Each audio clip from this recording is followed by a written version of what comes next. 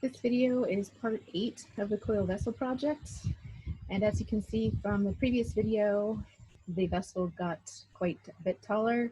It is now at 9, just shy of 10 inches, 9 3/4 inch to be exact, and I'm really only going to demonstrate how to attach the last coil, but you can see with the template, certainly not exact, right? I definitely could have pushed it out, made it more bulbous-like at the base here. But as I got to the middle section, I really used the template as a guide to follow that line up. And you can see it's really a matter of just adding one more coil and we'll be finished. Before I continue, I just want to bring it to your attention and show you that if you when it gets to the time where you're working more on the final stages in the top, it's a good idea, a good rule of thumb, not to just have your whole vessel be open to the air. And I think it's pretty obvious as to why that is, but it's mainly because you don't want the bottom to dry out too dry. You never want this to get even close to bone dry, right? Because don't forget, after you complete the construction of the vessels, it's then time to do the surface techniques, and you definitely don't want to be on leather hard. So I cannot stress that enough, the importance of keeping your vessel no further drier than leather hard. Even a little bit before leather hard is ideal.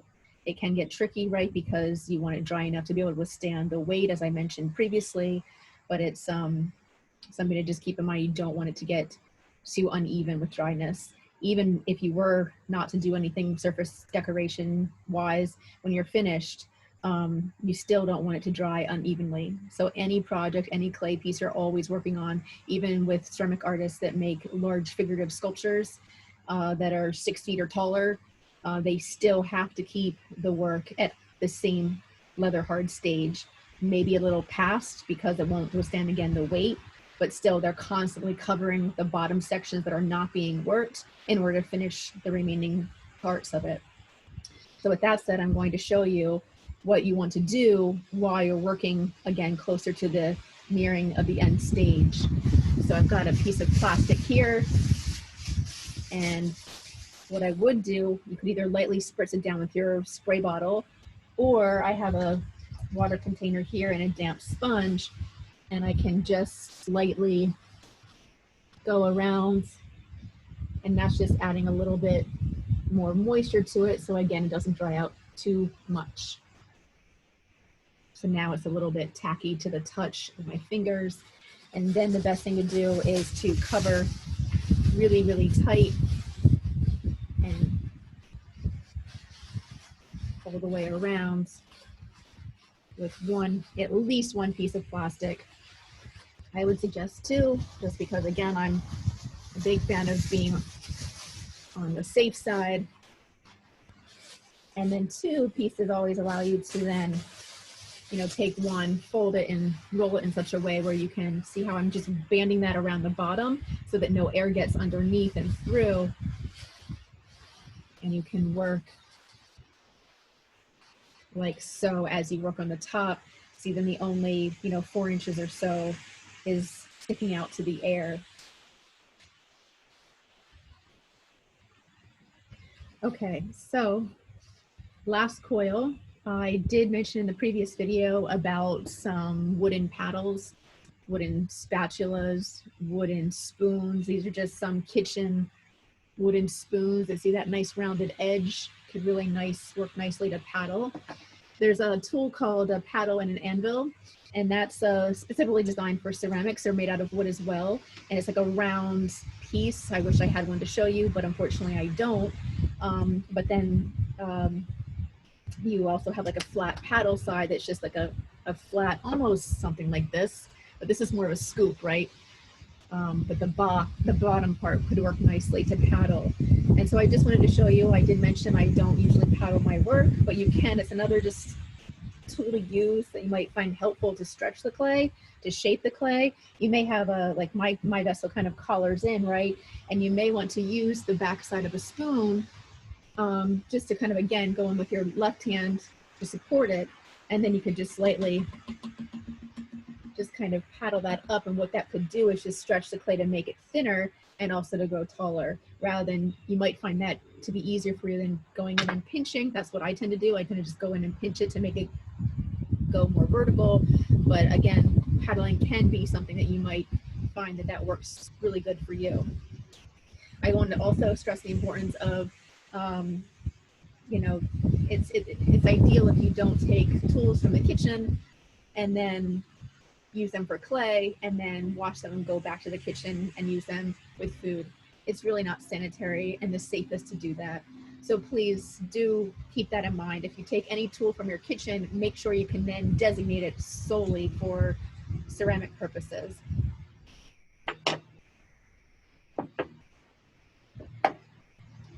Okay, so before I add the last coil and show you how to finish off your work, I did want to have like a mini show and tell. So the other few weeks ago, I found this really great bird's nest, and you can see how wonderful their craftsmanship is. See how it's literally, as they coil it around with the mud and clay and various other grasses and grits and things they could find to put this together. Right there is a good spot, right? You can see it's so much like the coiling process that we're doing. They created their home, which is their vessel. This has a hole in it in the back because it was attached to a wooden pole. So they really just bored it off from the pole there, which I thought was really quite amazing. So I had to share that with you. Keep that in mind. We've got some birds in our classes and they do not have hands. You all have hands, so your craftsmanship should be just as good, if not much better.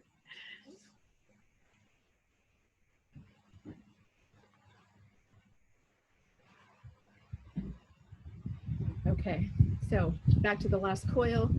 Got my last coil pre-rolled, and I'm just going to go right ahead and add that. Need a little bit of water. So I pre-rolled this yesterday, and it's always a good idea to roll them maybe just slightly a bit thicker than you think you're going to need it to be. That way you can see what I did. I just sprayed it down with the water bottle. So sorry, it is really gorgeous out, but really windy. So adding a last coil. Keeping in mind, I'm going to put the coil a little bit to the outside because I want the top part just to slightly flare out.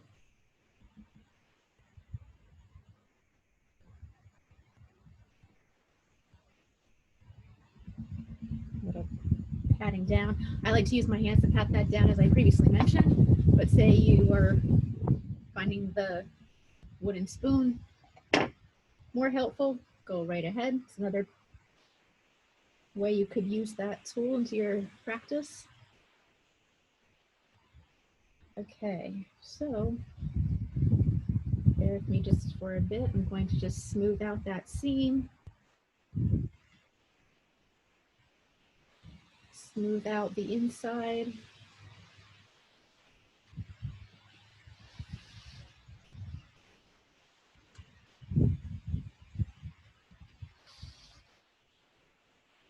Here, I should mention too, I'm not going to demo it, but here would be a good time right before the end of your vessel to pick it up, unless your piece is, really, really not stable enough so that you feel comfortable doing so. But if you would, you could see I could pick this up and I could turn it over and I could sign my initials or write my entire name on the bottom. That way, again, there's no question when you do take it to campus as to who made it and whose it belongs to. And most importantly, too, it's nice to have your signature in the piece. Especially with these vessels, you put so much time into them. They're really a great piece to hold on to and save for many years to come. Okay, so you can see that I blended the seam in the inside.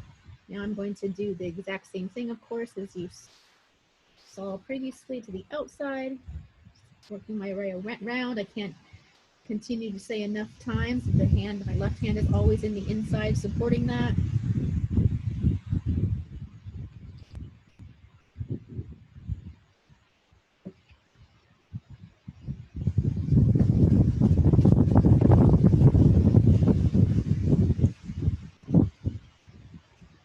And then the same thing, you would just take, you know, the tool I mentioned here, your rib metal tool here, and just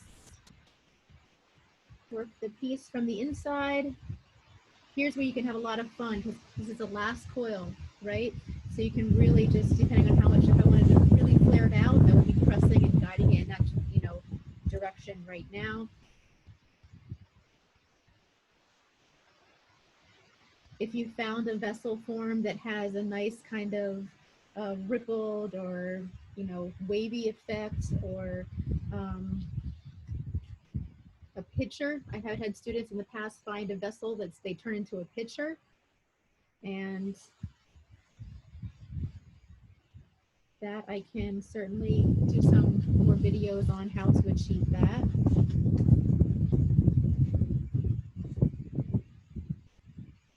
And everyone's vessel will be different. Some of you will choose vessels that have handles on them, large handles, lug handles, and your instructors too. We will all be more than happy to assist you individually depending on what vessel you're trying to achieve.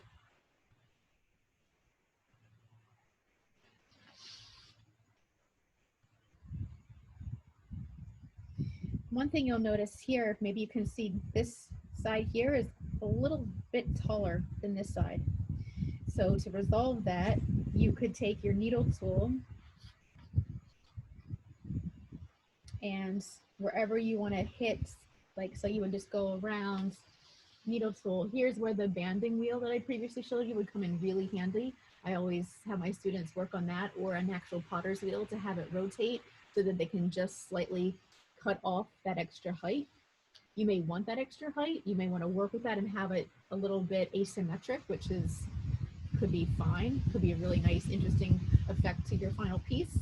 Keep that in mind. If you were to make it into a pitcher, that may be the spot where you hit the taller piece to work with and have that extra little bit of clay to manipulate and form into a spout.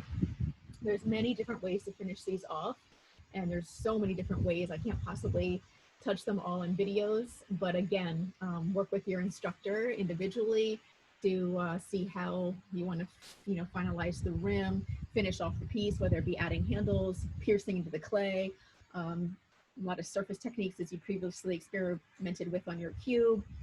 The possibilities are endless. One other last thing I want to mention too is if you were to invest in these mud tools, Cheryl tools, they come in different softnesses, as I mentioned previously. This one's a red one, and it's a really, you can bend it almost in half. It's really great. You could also use this on the rim and make a nice, more rounded, right? So I could fold this and just you can see, I'll come closer, just that one few little strokes. See how that kind of flattened off that edge, but made it, you know, a nice touch to the rim. I could do that around the whole rim, and then I could take my sponge and just a couple little strokes with the little damp sponge that this is. You can see how that could clean and finish off that rim very nicely. And here's too where maybe I want it to flare out more, and I'd go back in with the rim and just push it out. I think that's how I will finish this off. I'll just keep working it, finishing off. I personally am kind of having fun with this piece, and I'm going to add a lot of coils. I think I want to make it more for larger flowers, like a flower vessel for a vase of flowers. Irises are my favorite, and I just think it would be great if it was actually more like 15, 16 inches tall. So I'm going to keep on cruising along with this vessel, but the requirements again for everyone is just 10 inches at most, no bigger, because transporting them to campus can get pretty tricky, and 10 inches is very challenging in itself. So with that said, I do think that covers everything on how to construct your vessel, how to be nice and patient and slow to the building and checking in with it all the time, daily, multiple times, ideally on a daily basis, to check and see the dryness, the wetness. It's really important that you never let it dry out too soon, too much. And again, before you do the service techniques, it's just like the cube. You want to keep it at leather hard stage throughout, so it doesn't get any drier than that. So I look forward to seeing all your vessels, and hope you're enjoying the process.